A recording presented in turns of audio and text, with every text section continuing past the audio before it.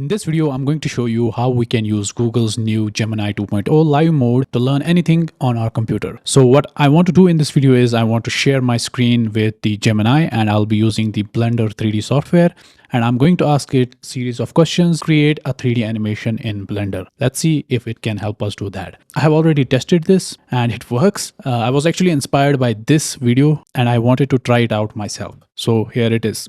Hey, I'm on the Blender 3D software right now and I want to create a bouncing cube animation. Can you help me out with that? Sure, I can help you with that. To create a bouncing cube animation in Blender, you'll need to set keyframes for the cube's position at different points in time. Would you like me to walk you through the keyframing process? Yeah, can you give me a step-by-step guide how to do this? And I already was messing around with this project and I think I changed some settings as well. Can you see on my screen what I changed and what I should revert back to? Okay, I see that you have a cube in the center of the scene in Blender. On the right side panel, I see the location, rotation, and scale are all at their default values. To begin the bouncing animation, we will first add a keyframe at the beginning of the animation and then at the highest point of the bounce. Would you like to start with that? Yeah, let's go. All right, first, make sure your timeline cursor is at the very beginning, frame 1. Select the cube. Now hover your mouse over the location values in the transform panel on the right and press the I key. This will insert a keyframe for the cube's location at frame.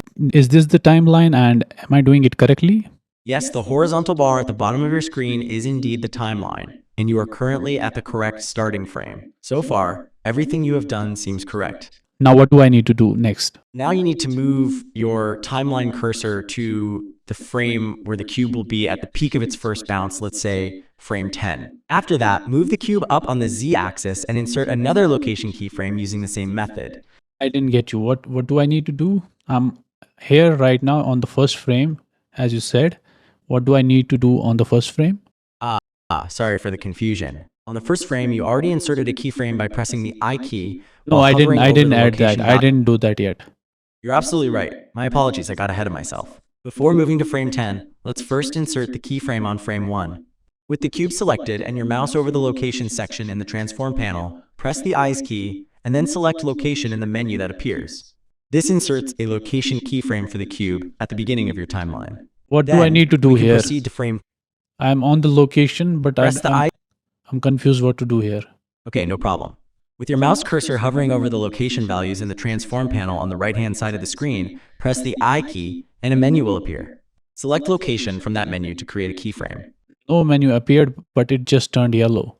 Okay, that means you have successfully inserted a location keyframe at frame 1. The location values are highlighted in yellow to indicate they have been keyed. Now let's move to frame 10. Do you see a number 10 in the timeline? Yeah, do I do this? Yes, you can click the number 10 in the timeline to move the cursor to that frame. Now what? Now with your cursor at frame 10, select the cube and grab the blue arrow to move it up on the Z-axis. Then insert another location keyframe using the same method as before. This will complete the upward portion of the bounce. I don't see any blue arrow. I don't see any blue arrow. Okay, it sounds like you might not have the Move gizmo activated. You can click on the Move gizmo button in the top left corner. It looks like 4 arrows pointing in different directions, and then the blue arrow will appear when you select the cube. Okay, I moved the cube.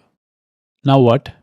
Great, now that the cube is moved upwards on the Z-axis, hover your mouse over the location values again in the transform panel and press the I key and then select location to insert the keyframe.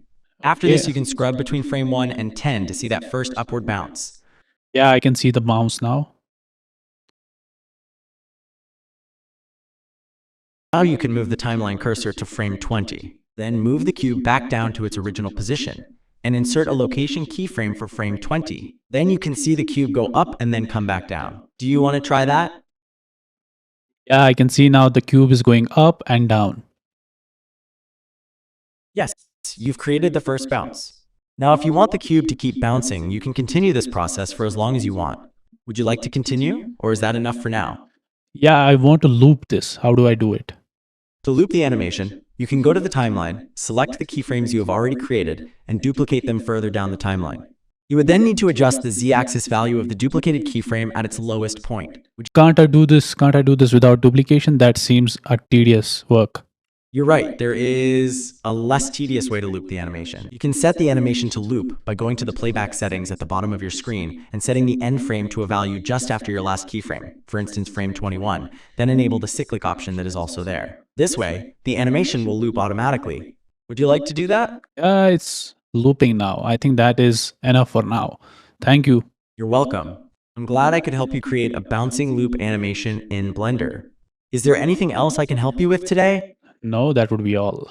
Thanks. So, as you can see, I acted really dumb in front of the AI, and this is what we have now. Bouncing loop animation of cube, and it was possible because Gemini guided me how to do this.